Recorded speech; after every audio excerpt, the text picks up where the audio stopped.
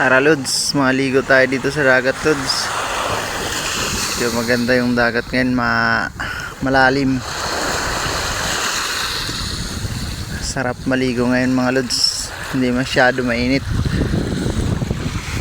May mga pumupunta na ditong mga dayo. Naliligo yata to, kaya nagpicture lang dito mga Lods.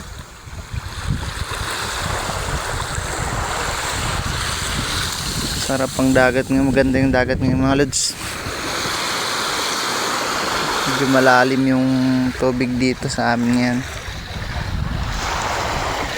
Pag naghunas naman, talagang walang tubig. Napakalawak ang hunasan.